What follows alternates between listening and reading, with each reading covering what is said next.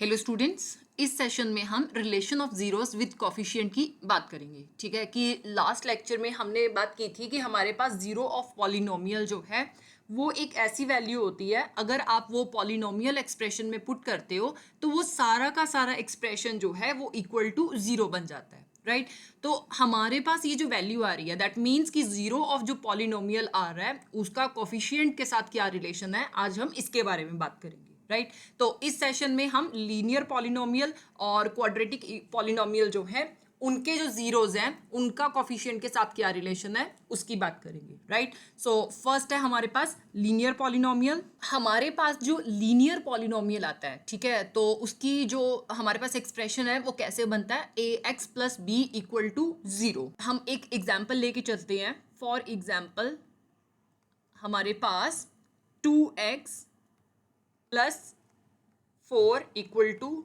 Zero है। Right तो यहाँ पे हमारे पास जो डिग्री ऑफ पॉलिनोमियल है वो कितनी आ रही है, वो 1 आ रही है। राइट तो जिस केस में डिग्री ऑफ पॉलिनोमियल 1 होती है उसको हम लीनियर पॉलिनोमियल कहते हैं। राइट तो अब हमने ये जो लीनियर पॉलिनोमियल है इसका जो जीरो है उसका इसके कोफिशिएंट्स के साथ क्या रिलेशन है, हम ये फाइंड आउट करेंगे। राइट तो इसके लिए एक बहुत सिंपल सा रिलेशन आता है, that is zero of polynomial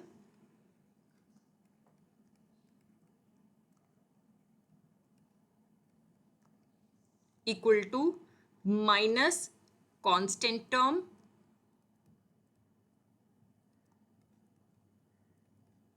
by coefficient of x।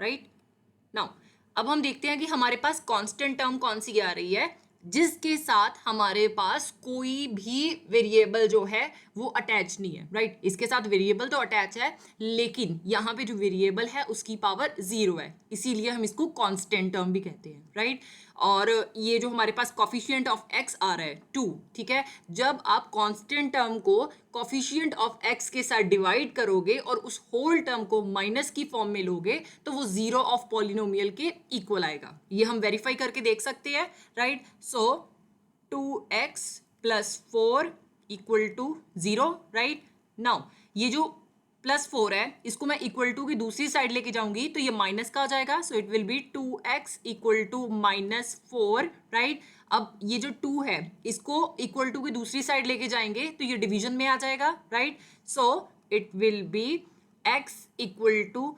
-4/2। Right now इसको आप सॉल्व कर लोगे, सो 4 को जब आपने 2 के साथ डिवाइड किया your answer is 2। Right so x की वैल्यू हमारे पास कितनी आ रही है, x equal to -2, that means zero of polynomial जो है वो -2 आ रहा है जब हमने इसको फैक्टराइजेशन मेथड के थ्रू सॉल्व करने की कोशिश की है। राइट अब हम ये जो जीरो ऑफ पॉलिनोमियल है इसको हम इस रिलेशन से फाइंड आउट करते हैं। राइट मैं यहीं पे वैल्यू पुट कर सकती हूँ।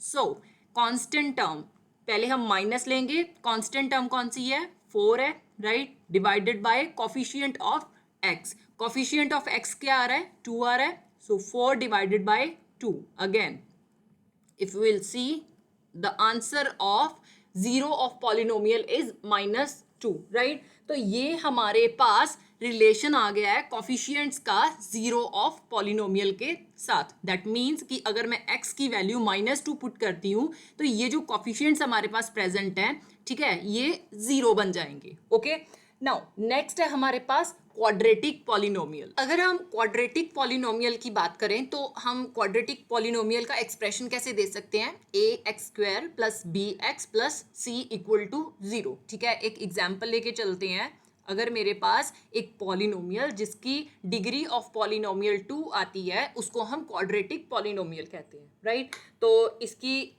जो एक्सप्रेशन है उसी के फॉर्मेट में हम बात करते हैं। So 2x² minus 8x plus 6 equal to 0। ठीक है अब यहाँ पे हमारे पास 2x², ठीक है, यहाँ पे कोफिशिएंट जो है वो a आ रहा है, ठीक है, यहाँ पे कोफिशिएंट 2 आ रहा है। ठीक है नेक्स्ट इज bx, अगर हम देखें तो यहाँ पे -8 जो है वो b के इक्वल आएगा। राइट और कांस्टेंट टर्म जो है वो इक्वल टू 6 आ रही है, तो ये भी हमारे पास क्वाड्रेटिक पॉलिनोमियल बन गया है।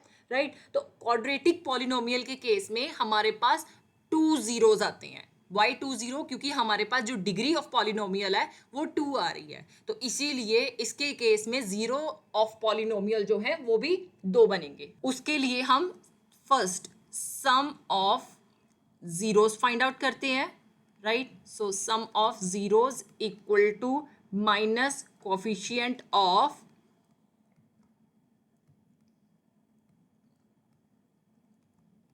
x by coefficient of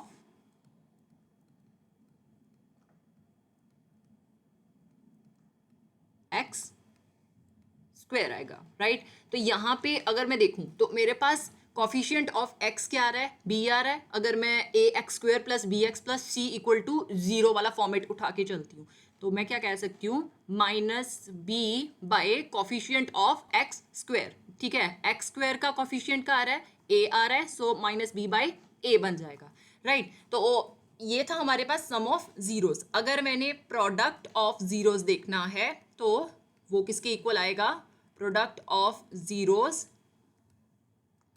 equal to constant term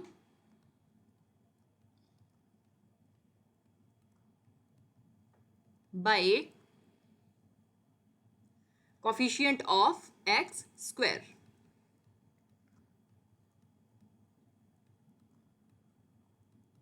right. Now constant term यहां पे अगर हम देखें तो ये c आ रही है, सो c bye coefficient of x square. X square का कोफिशिएंट क्या आ रहा है, a आ रहा है, तो c बाय a बन जाएगा, राइट।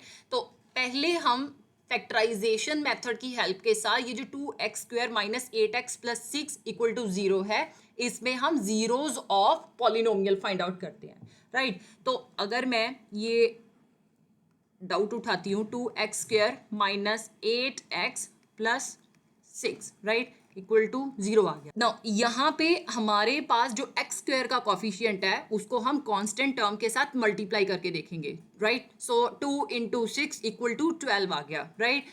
अब ये जो माइनस 8x है इसको हम इस फॉर्मेट में तोड़ेंगे कि अगर तो मैं ये जो वैल्यूज हैं इनको ऐड करूंगी तो वो माइनस 8x आए, ठीक है, और अगर मैं इनको मल्टीप्लाई करूंगी तो ये इक्वल टू प्लस 12 आने चाहिए, राइट। तो अगर मैं इसको 2x square minus 2x minus 6x की फॉर्म में तोड़ती हूँ, अब माइनस 2 माइनस 6 ऐड करूंगी तो माइनस 8 बन जाएगा, माइनस 2 माइनस 6 अगर मैं मल्टीप्लाई करूंगी तो मेरे पास प्लस 12 आ जाएगा, राइट।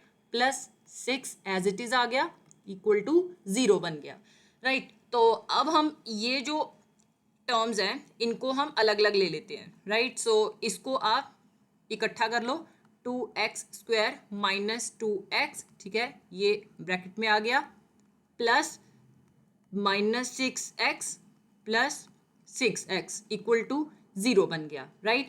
अब इनमें से कॉमन देख लेंगे हम। सो 2x जो है वो कॉमन आ सकता है, सो 2x आपने कॉमन निकाल लिया, तो जब 2x स्क्वायर में से 2x कॉमन निकाला तो आपके पास बाकी क्या रह गया, x, right. 2x complete common निकाल लिया तो माइनस 1 आ गया, राइट।